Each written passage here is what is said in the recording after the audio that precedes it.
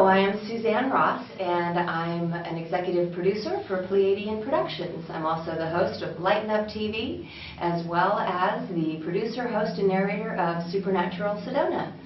I'm author of Wake Up, Awakening Through Reflection, and I'm very delighted to be here today with this illustrious guest panel to explore multidimensional levels of consciousness. And I am here with Alan Seinfeld. Hi, good Hi. to see you. Thanks for inviting me. Oh, my pleasure. Do you want to know a little bit about me? I would love to. Okay. Let's see, in reference to this, I've been studying the idea that we are moving into new realities, that we're at the threshold of a new humanity. And I've been working a lot with the Hurtaks here at the Academy for Future Science, and I love the ancient alien and the Native American perspective. So I combine this all into the idea that who we thought we were, who we've been told we were as limited beings is not who we really are. So how do we stretch our mind to have new perceptions and new awarenesses of this multidimensional reality? We have the senses, and we can go into this, to tune into these other awarenesses. They're encoded in us, but they haven't been activated. We haven't been made aware that who we are as these great beings on planet Earth. So that's what my work's dedicated to, is the upliftment of the human spirit and the awareness that we are not who we've been told. We're much greater than that. And that's what our whole evolutionary moment in history is about. How are we going to wake up to who we really are? And that's the most exciting thing for me. That's very exciting. Thanks. And Clifford Mahooty. Welcome, Clifford. Glad to be here. And you are a Zuni tribal elder as well as an engineer, and you also were involved in the military and have done decades of research into paranormal experiences. First of all, I come from an indigenous tribe called the Zuni Pueblo people of the Southwest.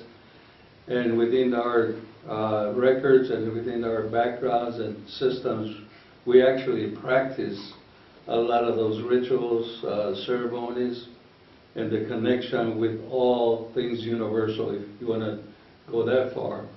And we have been practicing this for centuries. No one knows. The old timer says it was a long, long time ago that we were given this knowledge, and we are still practicing it to this day. And one of the things that I'm writing for another presentation is that I wrote here just this morning, is that the Zuni history and belief is that our ancestors were created by the light source using the ingredients of Mother Earth and universal life breath. Zuni, Hopi, and other people say that this is the fourth world. The previous three worlds were destroyed because of evil practices by ancient people on the planet. So we have been aware of this shifting for a number of years. I thought that I would have never have come to this point in my life, in my lifetime, to see the changes that are happening. We are very fast, we are in a very fast lane for this transition.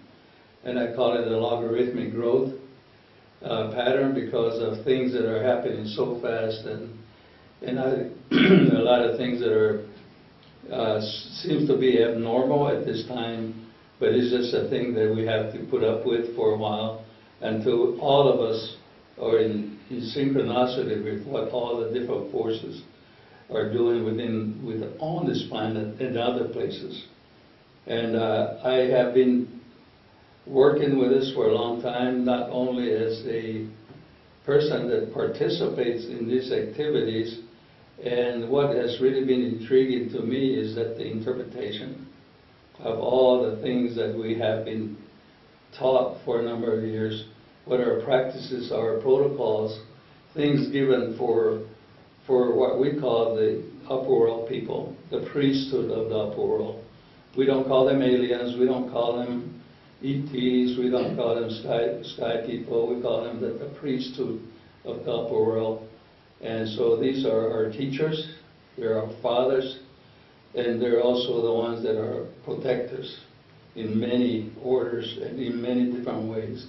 We are only the personators of those people when we come down to the ancient practices, whether it be in the medicine, whether it be in what we call the Kachina society system, but we are all part of nature, and we have always been part of nature, and this is why we have been given that assignment, so to speak, for the rest of the world.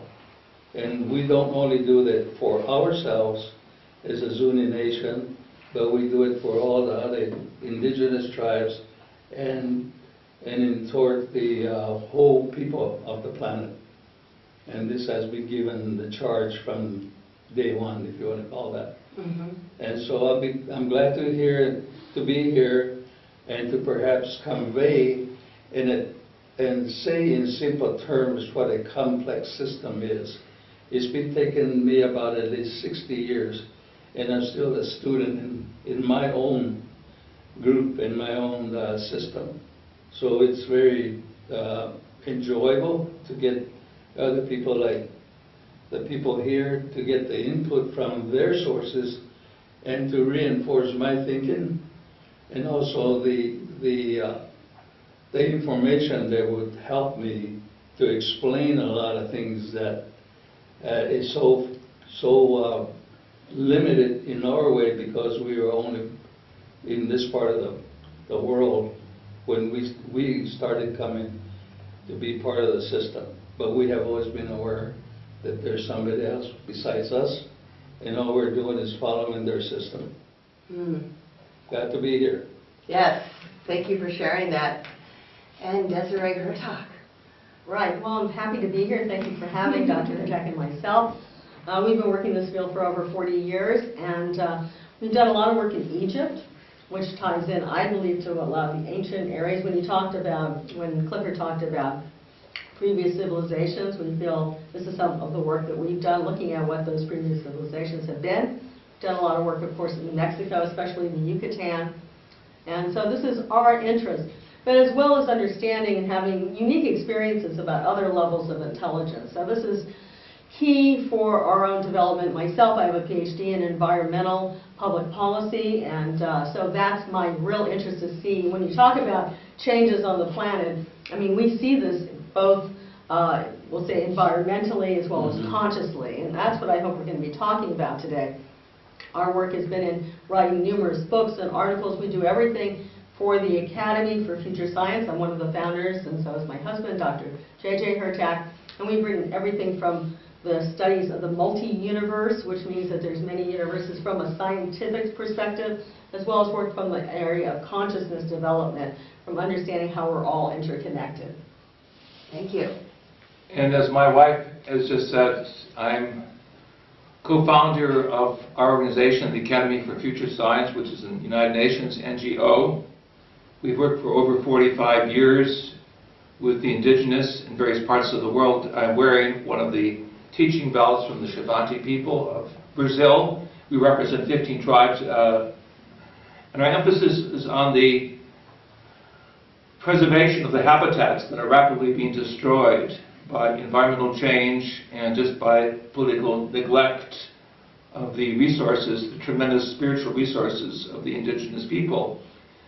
Thus, our model is the tree of life with the various branches of knowledge, and we are presently engaged on many levels, some with former astronauts, towards putting together a new cosmology of consciousness, which would show appreciation of our brothers and sisters throughout the world, and preparing us for what we believe to be a shift of consciousness, where we will graduate from being humankind to space-kind, seeing that we have a vast and awesome universe that we will participate in. Looking at thus the heritage of South America, Central America, North America, as well as Egypt and the Orient, where we have done research under the ocean with the Japanese, the Taiwanese, as well as under the pyramids of Egypt, where we were working with remote sensing specialists, radar specialists, to find the Temple of Osiris back in the 1990s. We're looking at the scientific evidence to support the great teachings of ancient wisdom, not just speculation, but actual scientific verification or ground truth. Brings us together with someone like Clifford, and I honor him very much for his work and also for his courage to speak up regarding the real science of what is going on behind the scenes.